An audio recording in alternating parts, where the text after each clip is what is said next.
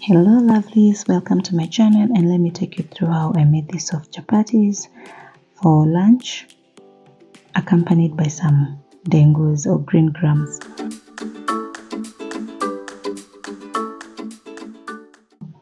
I prefer just having some simple ingredients, and for this particular one I was just going to use onions, some green bell peppers and tomatoes, and carrots. For the dengus, I like my carrots grated, so these are just the few readily available ingredients that we're going to use. And I deseed the bell peppers using a peeler. This is a very simple peeler. You can actually get this from the market at 50 bob. I started buying these peelers when they were selling at 20 shillings, and they have been very helpful. Very simple yet quite resourceful. I have a number in my kitchen and they come in handy. Now after I'm done peeling and deseeding the bell peppers, we clean them, and I prefer doing that in running water. And hey, if it's your first time on my channel, kindly hit the subscribe button, like, share, and leave me a comment. Let me know what has been exciting and what prompted you to come to my channel. Sorry about that. Now, because I mentioned I like my carrots grated, I actually grate them very fine. I don't like them in chunks, so I always have them finely grated. And you can actually chop yours into cubes, but for the ndengus and the lentils, I prefer having the carrots grated. Now, ideally cooking is an art, so you can actually just do whatever you want with the ingredients as long as they give your food that taste. In fact, when it comes to bell peppers, for this particular one or most of my food, I don't just cook them. If it was up to me, I would actually just have the bell peppers in shreds, in big chunks, not overcooked. But because my daughter doesn't like them, I have to actually mince them. So I use this very helpful tool to mince both the tomatoes and the bell peppers into a paste, so that I can actually just have her eat the food without struggling. If you're a mom out there, let me know, do your kids get you doing some of these things that you would not do if it was up to you, but because you want them to eat and still want the food to be flavorful, you derive ways in which they can actually get to enjoy them without struggling with, kids are very picky. I'm hoping she'll outgrow that habit where she picks all the bell peppers and the tomatoes and set them aside. So to avoid that, I always grind and mince mine into a paste, and so she doesn't get to miss out on the flavors. Now, your onions, when you're making your food, you can either have your onions sauteed or caramelized. For me, I prefer them caramelized at this point, and I'm going to add some garlic powder because I forgot to actually use raw garlic, and because I was lazy, so I added this garlic powder to the onions. One thing about garlic, actually, it speeds up the cooking. It has the onions cooking fast, so within no time my onions will be ready. And then I add to that the paste, that is the bell pepper and the tomato paste that we made, and allow that to simmer for a few minutes. Add your carrots, and simply, this is just my way. I only added 3 spices. That was the curry powder, I think beef masala, and black pepper. I like black pepper, and my kids are not. They don't mind that hotness in food. So with time I introduced both chili powder and black pepper, and not in too much quantities, just bearable quantities, so they don't mind. And in I went with my frozen green grams, added water for soup generously, and because again, you're supposed to be having this with chapati, so you don't want them all dry. Yeah, so having that soup is very important. And at this point, my stew was actually ready. I allowed that to simmer for 10 to 15 minutes, and when I was convinced it's ready, I set it aside. Now you can actually choose to add coriander at this point and turn off the heat, but I did not have coriander or dania, so that's the only missing ingredient in this one. So at this point you are supposed to garnish, but I did not have the coriander.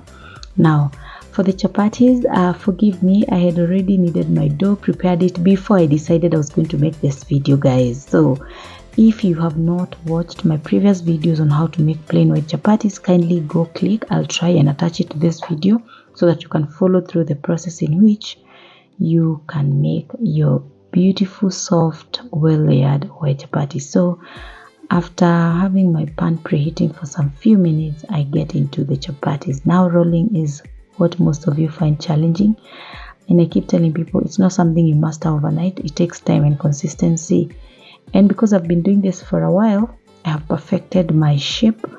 Well, may not be perfect, but it's close to perfect.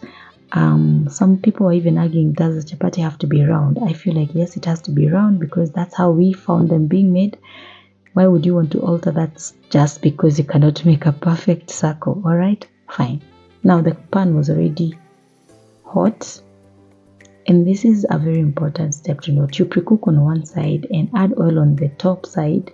That's the point where you flip using a spatula, because I am encouraging people to get into a point where there is no contact between, reducing contact as much as we can. And one way I derived is using the spatula so that you don't get to press the chapati using your bare hands. Anyway, it saves you some burns as well.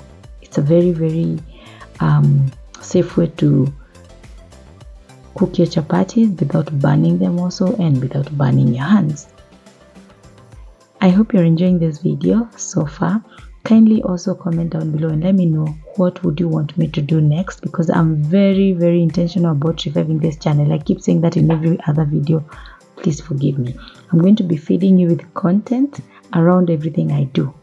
Traveling, cooking, just any moments with Chapati Mistress are going to be uploaded here. So if you like this video, give it a thumbs up, comment, and let me know what would you want to watch next. Now, I was going to make roughly 12 chapatis, but because I was using one pan, I was finding it rather tiring. And if you know me, you know I'm used to multitasking. I cook even up to 4 chapatis at a go using 4 pans. Yes, so for me this time I was so patient and feeling so tired for the weight, because I'm so fast in rolling. So the weight was not easy, but I had to bear it. So continued with the chapati, as you can see, and our stew is cooling off. So one at a go, one at a time. Remember, don't burn your chapatis. The ideal temperatures to cook your chapatis are between low and medium heat. Never cook your chapatis on high heat, because it's going to burn and not cook well on the inside. So keep alternating between low and medium heat, because that's the only way you get to cook your chapatis and not burn them. I recommend jua kali or a heavy pan. If you have a cast iron, that's better also. I recommend a thick pan because it helps in regulating heat, in that even if you alternate from medium to low heat, the pan retains the heat, so it will still get to cook some chapatis before it cools down, and then you can move up to the medium heat level. Continued cooking the chapatis. Like I said, nilikuwa nimechoka at this particular point kungoja. Mimi nimezoea one touch, like hizi ningepika in less than 10 minutes, trust you me, but here the wait was too much. Anyway, I had to bear with it because good things take time. Well, and I knew for sure this was going to be, my kids love chapatis, I love chapatis as well. Ironically, people keep asking me, now that you cook chapatis on a daily basis, wewe hukula chapati? Oh yes, I love my chapatis. I love these chapatis because who wouldn't? They're soft, they're layered, they're flaky when hot, and they're softest when cold. So I don't know what you're doing, but if you're not getting your chapatis right, you have to subscribe and follow me religiously, both here on TikTok, on my lives, so that you can get to see how to go about cooking different types of chapatis. And that, my guys, is one of the best way to invest in learning a skill. And our chapatis were ready now to plating. As you all know, I have my 2 babies waiting for the food, so I had to serve them real fast. And as you would all guess, I did not even get to record us eating, but true to my word, trust you me, this simple ndengu stew was tasty. And not to brag, but hey, it's about that time we flaunt our soft chapos. And as you all know, if they don't come layered, they're definitely not from Chapati Mistress. So it's the moment of truth, guys. It's the moment where we get to sample and peruse through these chapatis. I really hope you have enjoyed this video, and if you have, kindly give this video a thumbs up, share it, comment, and hey, do you think I should be doing this more often? If yes, kindly comment down below. Thank you all so much for engaging me on this not so lengthy but just another day in my kitchen preparing one of what you people have preferred to be the best chapatis you've ever seen and tasted. Until next time, guys, kindly subscribe, like, and watch my previous videos, and comment and let me know what you would want me to do next. Asanteni, bye bye.